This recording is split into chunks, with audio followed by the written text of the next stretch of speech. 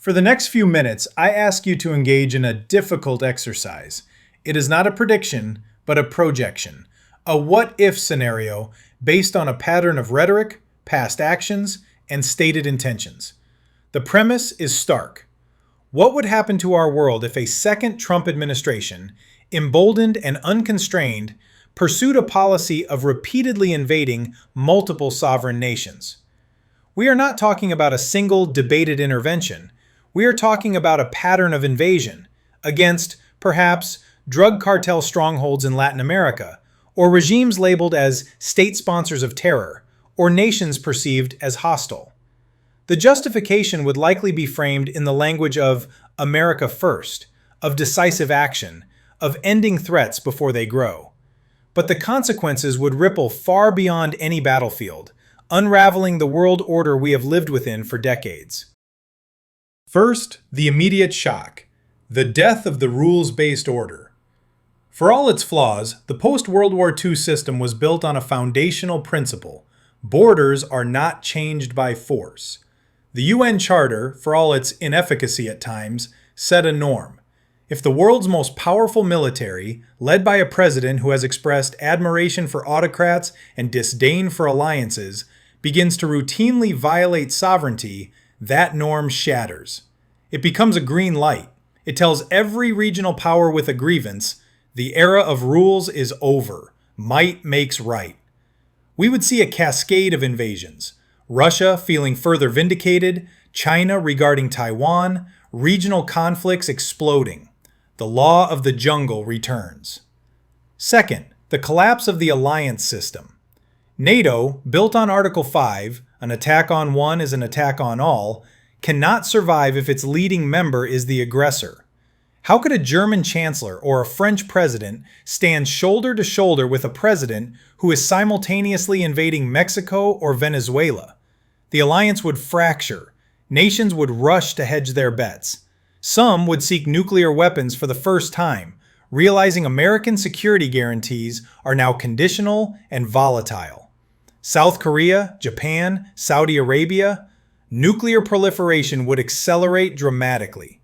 We would move from a world of a few nuclear powers to a world of dozens, each with hair trigger alerts. Third, economic cataclysm. Imagine the global economy in this scenario. The moment the first invasion begins, oil prices would skyrocket, not by increments, but in a panic. Global supply chains, still recovering from past shocks, would sever. The US dollar, the world's reserve currency, is not backed just by the US economy, but by trust in the stability and predictability of American institutions. That trust would evaporate.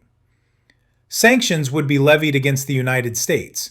We would face global isolation, not as a pariah state like North Korea, but as a rogue superpower, a far more dangerous and destabilizing force. Hyperinflation, market crashes, and a new Great Depression would be likely, not just for us, but for the world. Fourth, the human toll and the security paradox. Each invasion would create new waves of refugees, millions displaced, fleeing the chaos. But these refugees would be fleeing us, American bombs, American troops. The moral authority of the West would be ashes. And with every invasion, we would create new generations of enemies. Terrorism, far from being defeated, would find a potent new recruitment narrative, resistance against an American empire.